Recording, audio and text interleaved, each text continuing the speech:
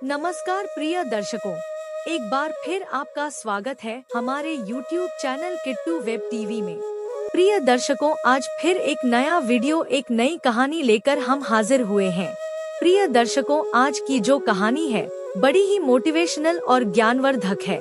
एक कबूतर ने बताया कि जो भी मनुष्य अपनी पत्नी को धोखा देता है, अपनी पत्नी के साथ विश्वासघात करता है, उसको ईश्वर कौन सी सजा देते हैं। प्रिय दर्शकों, अगर आप हमारे चैनल पर पहली बार आए हैं तो चैनल को सब्सक्राइब करें, बेल आइकन को ऑन करें ताकि हर आने वाले वीडियो का नोटिफिकेशन सबसे पहले आपको मिले। अच्छे कमेंट और वीडियो को लाइक करें। प्रिय दर्शकों, तो चलिए शुरू करते हैं यह प्यारी सी कहानी, यह प्यारा सा वीडियो। प्रिय दर्शकों, किसी नगर में एक राजा राज्य करता था। वह राजा बड़ा ही परोपकारी था, बड़ा ही दयालु था। राजा की प्रजा अपने राजा से बड़ा प्रेम करती थी और राजा भी अपनी प्रजा के लिए नगर में अच्छे काम करवाता था। राजा अपनी प्रजा की खूब देखरेख करता था। राजा की एक पत्नी थी, वह रानी बड़ी ही पतिव्रता थी, अपने पति का बड़ा ध्यान रखती थी। प्रिय दर्शकों, वह राजा भी अपनी पत्नी से बड़ा प्रेम करता था। रानी अपने पति राजा के लिए हर दिन अच्छे पकवान बनाकर और उसे खिलाया करती थी और राजा भी अपनी पत्नी के लिए नए नए कपड़े, नए नए गहने लाया करता था। राजा के महल में एक वटवृक्ष था जिस पर एक कबूतर अपना घोंसला बना करके रहता था। वह कबूतर कई सालों से राजमहल में रह रहा था और राजा और रानी और राजमहल के अन्य लोग सभी उस कबूतर को अच्छे से जानते थे। सभी उसका खूब ध्यान रखते थे, उसकी खूब सेवा करते थे। खाने के लिए उसको घोंसले में दाना पानी दिया करते थे। कबूतर का जीवन बड़े ही सुख से व्यतीत हो रहा था। कबूतर अपने जीवन में बड़ा सुखी था। उसको दाना पानी लेने के लिए जंगल में नहीं जाना पड़ता था। राजा स्वयं उसे अपने हाथों से दाना खिलाया करता था। एक दिन की बात है, राजा अपने नगर का भ्रमण करने के लिए निकलता है। तभी राजा को नगर में एक बहुत रूपवती कन्या दिखाई देती है। वह कन्या बड़ी ही रूपवान थी, बड़ी ही सुंदर थी। राजा जब उस कन्या को देखता है तो राजा उसे देखता ही रह जाता है। राजा की आंखें फटी की फटी रह जाती हैं। वह कन्या अति सुंदरी थी। राजा अपने मंत्री से कहता है कि मंत्री जी, हमें इस कन्या से विवाह करना है। आप पता लगाइए कि यह कन्या का घर कहाँ है और इसके माता पिता से हमारे विवाह के लिए बात करिए। श्रोताओं, इधर जब कबूतर को पता चलता है कि राजा एक अन्य कन्या से विवाह करने वाला है और राजा की इतनी अच्छी पतिव्रता पत्नी है, लेकिन फिर भी राजा किसी दूसरी कन्या से विवाह करने जा रहा है, तब कबूतर कहता है कि राजा साहब, यह आप बहुत गलत कर रहे हैं। आपको ऐसा नहीं करना चाहिए। आपकी पत्नी बड़ी ही पतिव्रता है, आपकी इतनी सेवा करती है, आपको उसे धोखा नहीं देना चाहिए। तब राजा कहता है, अरे कबूतर, तुम्हें नहीं पता हम राजा हैं और राजा लोग कई विवाह कर सकते हैं। हमारे ऐसा करने से हमारी पत्नी को कोई तकलीफ नहीं होगी। तब कबूतर कहता है कि राजा साहब, आप मेरी बात ऐसे नहीं समझोगे। मैं आपको एक कहानी के माध्यम से समझाता हूँ। श्रोताओं, तब कबूतर अपनी कहानी प्रारंभ करता है।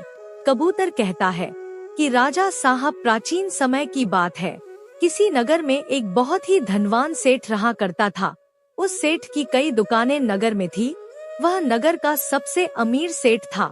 उस सेठ के पास किसी चीज की कोई कमी नहीं थी।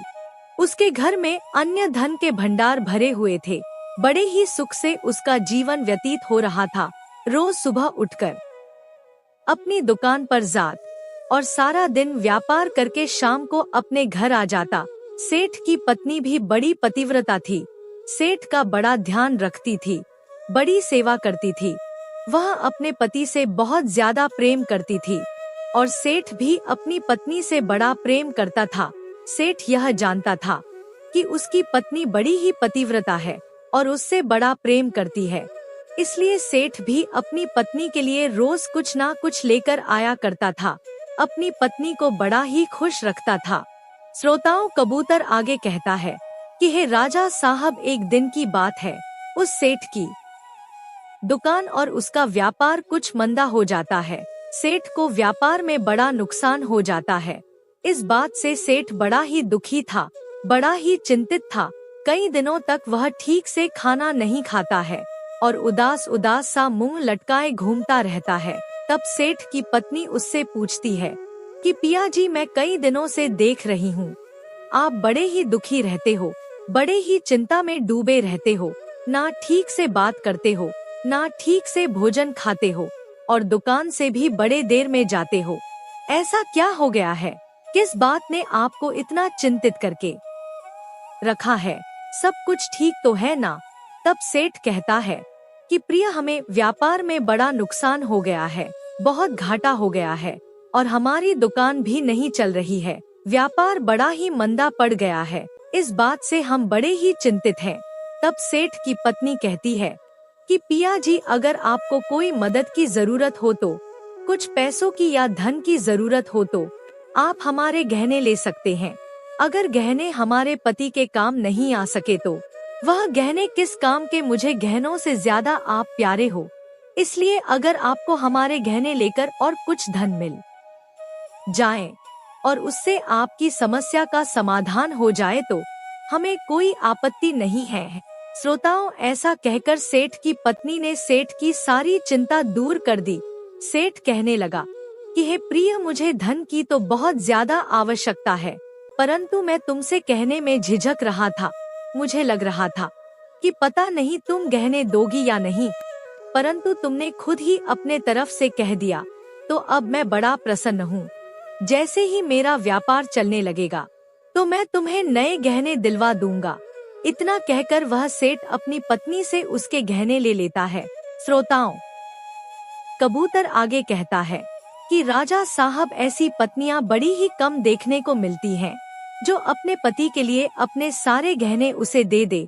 अक्सर इस संसार में स्त्रियां अपने गहनों से अत्यधिक प्रेम करती हैं, परंतु कई स्त्रियां ऐसी होती हैं जो अपने गहने, अपने धन से ज्यादा अपने पति, अपने परिवार का सम्मान और उनसे प्रेम करती हैं।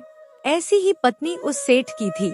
उसने बिना कुछ सोचे समझे अपने पति को अपने सारे गहने निकाल कर दे दिए और उसका पति जो सेठ था वह गया और उसने उन गहनों की सहायता से कुछ धन इकट्ठा किया और अपने व्यापार को संभाल लिया। उसका व्यापार आप पहले की तरह चलने लगा था।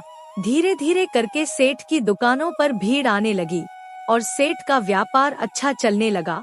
जब सेठ का व्यापार बड़ा ही अच्छा चलने लगा तो सेठ ने अपनी पत्नी के लिए नए गहने बनवा दिए और कुछ गहने जो सुनार के पास गिरवी रखे थे वह लाकर उसे वापस दे दिए। यह देखकर सेठ की पत्नी बड़ी ही प्रसन्न हुई, बड़ी ही खुश हुई। श्रोताओं, अब तो सेठ की सारी समस्या दूर हो गई थी। सेठ बड़ा ही सुखी था और बड़ा ही प्रसन्न था। उसका व्यापार अब बहुत ही तेजी से बढ़ रहा था और घर पर उसकी पत्नी भी उसे बहुत प्रेम करती थी। अब तो सेठ अपनी पत्नी से और भी ज्यादा प्रेम करने लगा। वह समझ गया था कि मेरे बुरे वक्त में मेरी पत्नी ने अपने गहने देकर मेरी सहायता करी थी, इसलिए यही मेरी सच्ची जीवन साथी है। कबूतर आगे यह कहता है कि राजा साहब, अब दोनों ही पति पत्नी का जीवन बड़े ही सुख से व्यतीत होने लगा। सेठ जो था वह रोज अपनी दुकान पर सुबह चला जाता और शाम को लौटकर घर आता और अपनी पत्नी से प्यार भरी मीठी मीठी बातें करता। इसी प्रकार उनका जीवन व्यतीत हो रहा था। एक दिन की बात है, सेठ अपनी दुकान पर बैठा हुआ था और अपने व्यापार में व्यस्त था। तभी एक बड़ी ही रूपवान लड़की उसकी दुकान पर आती है। उस लड़की को देखकर सेठ सोचता है कि इतनी सुंदर कन्या हमारी दुकान पर आखिर क्यों आई है।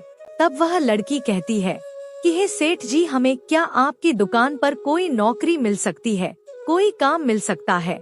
हम कोई काम करना चाहते हैं क्योंकि हमें धन की बहुत जरूरत है। हम बहुत गरीब हैं और हमें खाने पीने के लिए धन की जरूरत है। अगर आपकी दुकान पर कुछ काम मिल जाता तो आपका बड़ा सहारा हो जाता।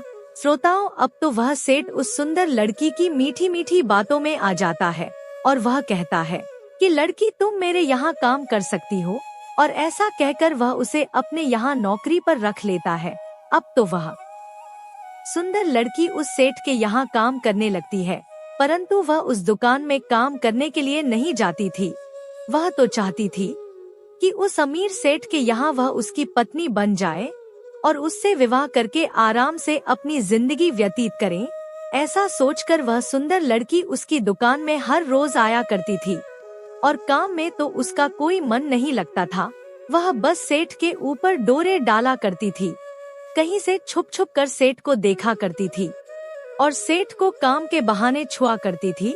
वह कोई भी बहाना करके सेठ के पास चली जाती और सेठ को छूने की कोशिश करती, सेठ को रिझाने की कोशिश करती, सेठ से मीठी मीठी बातें करती।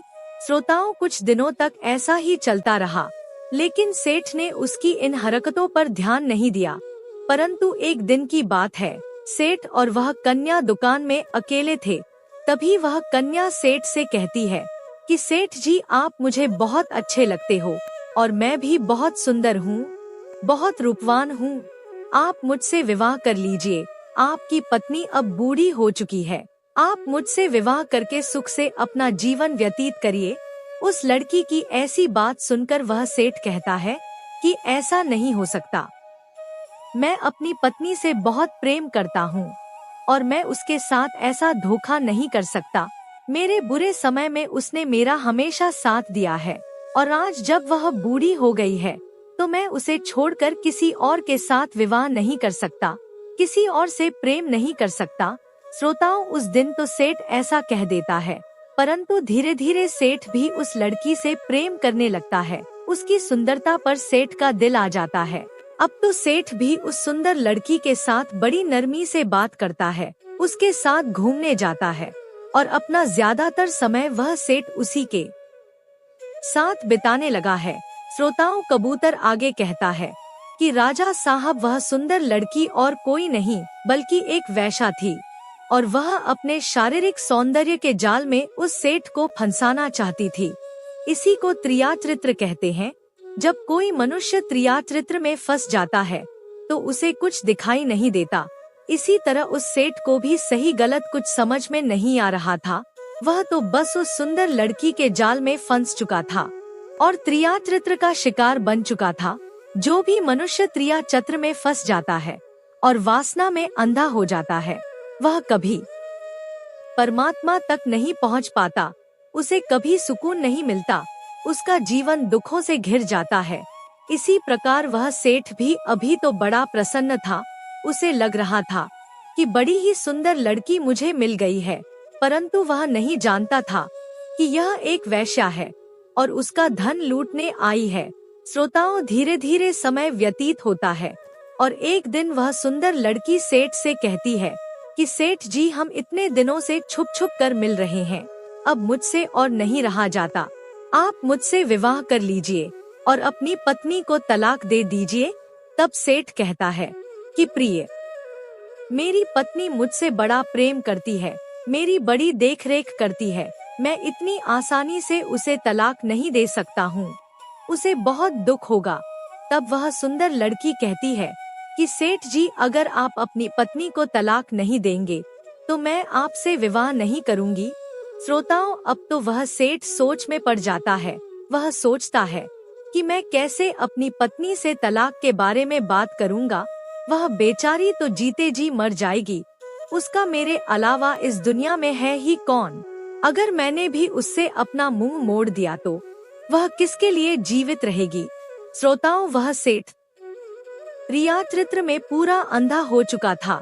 सेठ कहता है कि प्रिय, तुम कहती हो तो ठीक है, मैं अपनी पत्नी से तलाक के बारे में जल्द से जल्द बात करूंगा और उसके बाद हम दोनों विवाह करके सुख से अपना जीवन व्यतीत करेंगे। तभी इधर क्या होता है कि जो सेठ की पत्नी थी, उसे अपनी तबीयत कुछ ठीक नहीं लगती है। उसके सर में बहुत दर्द होता है और हाथ पैर सुन्न पड़ जाते हैं। तब वह सोचती है कि मुझे वैद्य को दिखा देना चाहिए और वह अगले ही दिन नगर के सबसे बड़े वैद्य के पास पहुंच जाती है। वैद्य के पास जाकर सेठ की पत्नी कहती है कि वैद्य जी, मेरे सर में कल से बड़ा दर्द हो रहा है और मेरे हाथ पैर सुन पड़ गए हैं, मुझे बहुत थकान सी महसूस हो रही है। तब वह वैद्य सेठ की पत्नी का इलाज करता है। तो वह वैद्य बताता है कि हे सेठानी, आपको कैंसर है और बहुत ही जल्द आपकी मृत्यु होने वाली है। अब आपको बचाना बड़ा ही मुश्किल है। अगले 1 हफ्ते में आपकी मृत्यु हो जाएगी। आपके पास सिर्फ 7 दिनों का समय है, इसके बाद आपकी मृत्यु हो जाएगी। श्रोताओं, यह सुनकर तो सेठ की पत्नी बड़ी चिंतित हो गई, बड़ी ही व्याकुल हो गई। सोचने लगी कि हे ईश्वर, इतनी जल्दी मेरे प्राण क्यों लेना चाहते हो? मुझे अपने पति के साथ और समय गुजारना है। अभी मेरी उम्र ही क्या है। अब तो वह रोने लगती है और रोते रोते मायूस होकर अपने घर आ जाती है। वह सोचती है कि मैं यह बात अपने पति से कैसे कहूँगी।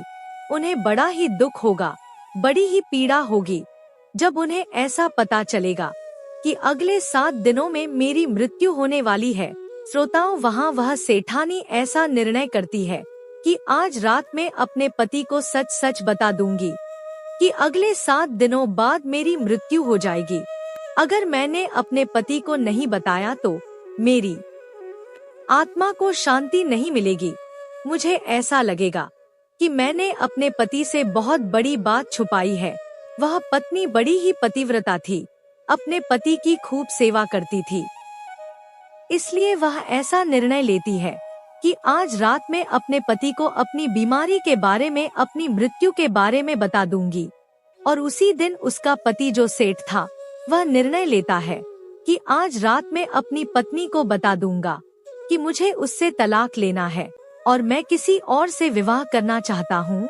श्रोताओं, अब तो जब रात को सेठ अपने घर पर आता है तो वह अपनी पत्नी से कहता है कि प्रिय, मैं तुमसे कुछ बात करना चाहता हूँ। और इधर उसकी पत्नी कहता है कि पिया जी, मुझे भी आपसे बहुत जरूरी बात करनी है। श्रोताओं, तब वह दोनों अपनी अपनी बात बताने को होते हैं।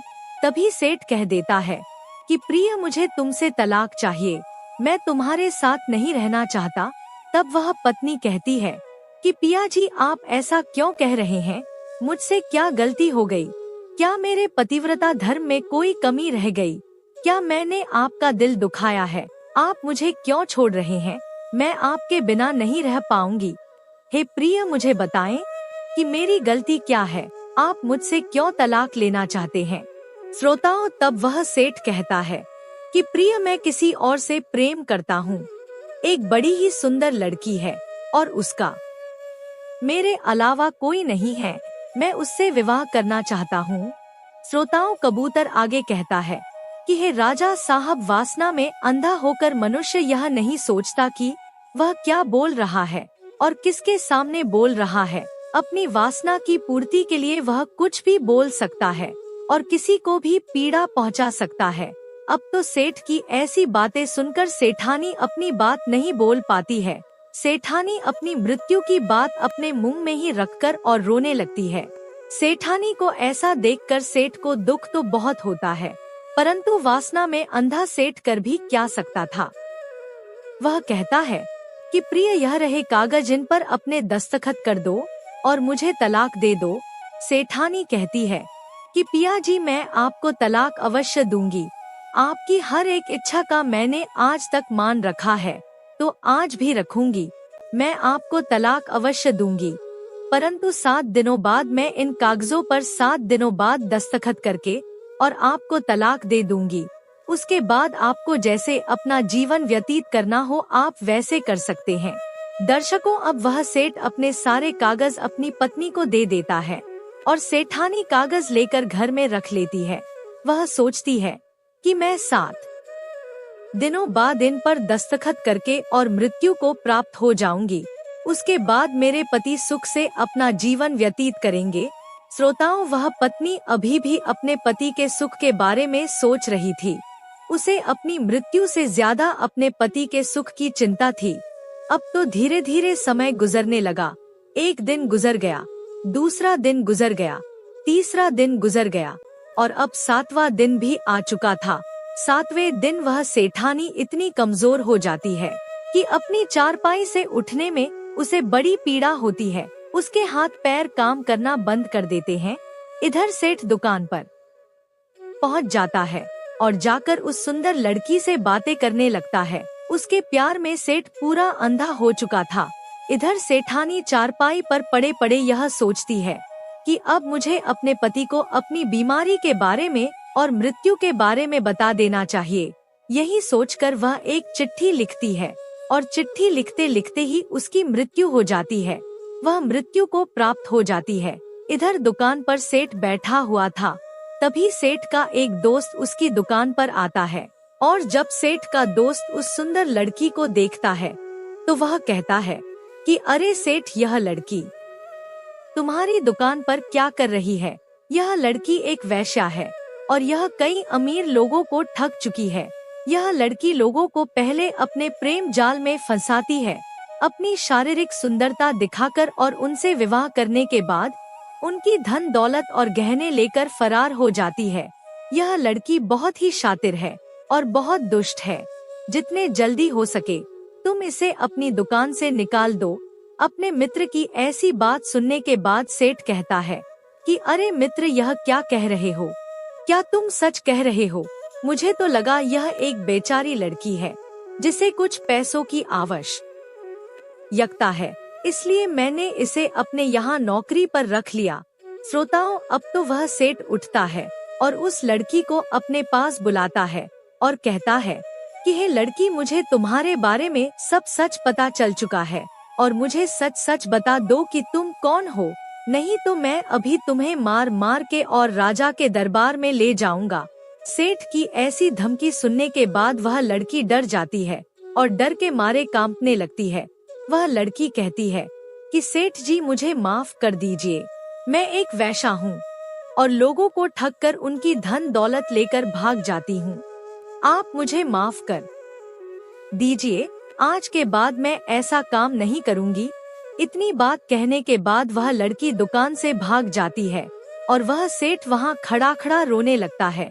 सोचता है कि इस दुष्ट लड़की के प्रेम जाल में फंसकर और मैंने अपनी लक्ष्मी जैसी पतिव्रता स्त्री के साथ इतना बुरा किया है, उसे तलाक देने पर मजबूर कर दिया है। उसने कहा था कि वह 7 दिन बाद मुझे तलाक दे देगी और आज तो 7 दिन हो चुके हैं।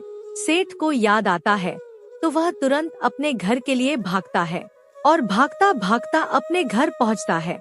वह सोचता है कि कहीं मेरी स्त्री मुझे तलाक देकर और चली ना गई हो। जैसे ही सेठ अपने घर के द्वार पर पहुंचता है तो वह देखता है कि घर के द्वार खुले पड़े हैं और घर में कोई भी नहीं है। वह अंदर जाकर देखता है तो चारपाई पर उसकी पत्नी पड़ी हुई थी। वह सेठ कई बार उसका नाम पुकारता है परंतु उसकी पत्नी कोई जवाब नहीं देती है। तो वह कमरे में अंदर जाकर देखता है तो उसकी पत्नी के हाथ में एक कलम और कागज रखे हुए थे और वह चारपाई पर लेटी हुई थी। तब वह देखता है कि उसकी पत्नी की मृत्यु हो चुकी है और वह मरी पड़ी है। यह देखकर वह सेठ पीड़ा से भर जाता है और अपने आंसू बहाने लगता है। अपने आप को कोसते हुए वह उस चिट्ठी को पढ़ता है जो उसकी पत्नी के हाथों में थी। उसमें लिखा था कि पिया जी, मुझे कैंसर है और वैद्य ने कहा था कि मेरी 7 दिनों बाद मृत्यु हो जाएगी, परंतु मैं आपको दुख नहीं देना चाहती थी, इसलिए आपको नहीं बता पाई और अब मैं जा रही हूँ। मैं आशा करती हूँ कि आप अपना बचा हुआ जीवन बड़े ही सुख से व्यतीत करेंगे। अगर मैंने इतने सालों में कोई गलती करी हो, आपको अगर कभी कोई दुख पहुँचाया हो, तो मुझे माफ कर देना। आप चाहते थे कि मैं आपको तलाक दे दूं, तो लीजिए, मैं आपको आजादी देती हूँ। आप जिससे चाहे विवाह कर सकते हैं और अपने जीवन में आगे बढ़ सकते हैं। ऐसी दर्द भरी बातें पढ़ने के बाद सेठ अपना माथा पीटने लगता है और सोचता है कि मैं कितना मूर्ख हूँ, कितना दुष्ट हूँ, जो उस कपटी लड़की के प्रेम में फंसकर और अपनी पतिव्रता स्त्री को दुख दिया और आज यह मुझे छोड़कर जा चुकी है। अब मेरे पास कुछ भी नहीं बचा है। आज मैं बिल्कुल अकेला हो चुका हूँ। किसी ने सच कहा है कि त्रिया चरित्र में फंसकर मनुष्य बर्बाद हो जाता है। अब वह सेठ कर भी क्या सकता था? उसकी पत्नी तो मृत्यु को प्राप्त हो चुकी थी। अपनी पत्नी के पास बैठकर वह कुछ आंसू बहाता है और रोते हुए अपनी पत्नी का हाथ पकड़कर यह प्रण लेता है कि अब मैं कभी विवाह नहीं करूंगा और किसी और से प्रेम नहीं करूंगा। सेठ ऐसा निर्णय लेता है कि अपनी पत्नी की याद में ही अपना पूरा जीवन बिताऊं। अब अगले दिन नगर के सभी लोग आते हैं और सेठ की पत्नी का अंतिम संस्कार करते हैं। अपनी पत्नी का अंतिम संस्कार करने के बाद सेठ अपनी पत्नी से अपने कर्मों की क्षमा मांगता है और उसके बाद वह वैद्य के पास जाता है। वैद्य से जाकर सेठ कहता है कि वैद्य जी, आपने मुझे बताया क्यों नहीं कि मेरी पत्नी को कैंसर है और कुछ दिनों बाद उसकी मृत्यु हो जाएगी। तब वैद्य कहता है कि अरे सेठ जी, आपकी पत्नी ने मुझे बताने से मना किया था। उसने कहा था कि मेरे पति को कुछ मत बताना, अगर उन्हें पता चलेगा कि मुझे कैंसर है तो उन्हें बड़ा दुख होगा और मैं नहीं चाहती हूँ कि मेरी वजह से मेरे पति को जरा सा भी दुख हो, जरा सी भी पीड़ा हो। श्रोताओं, अब तो वैद्य की बात सुनने के बाद सेठ और भी रोने लगता है। उसे अपने किए पर बड़ा पश्चाताप हो रहा था। सोच रहा था कि मैं उस दुष्ट स्त्री के जाल में फंसकर और इतना अंधा हो गया कि अपनी पत्नी के स्वास्थ्य का भी ध्यान नहीं रख सका। जिसने मेरा व्यापार चलवाया, जिसने मेरी सहायता करी, जिसने अपने गहने देकर और मुझे डूबने से बचाया, मैंने उसी के साथ धोखा किया और उसे इतना दुख दिया कि वह आज मुझे छोड़कर जा चुकी है। अब जीवन भर मेरे पास रोने के अलावा कुछ नहीं बचा है। श्रोताओं, वह कबूतर आगे कहता है कि राजा साहब, इस प्रकार वह सेठ पूरा जीवन अपनी पत्नी की याद में रो रो कर व्यतीत करता है और एक दिन अपने आप को कोसते हुए वह आत्महत्या कर लेता है। इस प्रकार उसके जीवन का भी अंत हो जाता है। आगे कबूतर कहता है कि राजा साहब, अब आप समझ गए होंगे कि त्रिया चरित्र और वासना में अंधा होकर मनुष्य खुद का ही नुकसान करता है और जिस दिन मनुष्य को अपने किए पर पश्चाताप होता है तो सबसे ज्यादा पीड़ा उसे ही होती है। वह अपने आप को कोसता है कि उस दिन मैंने ऐसा निर्णय क्यों लिया था कि आज मुझे रोना पड़ रहा है।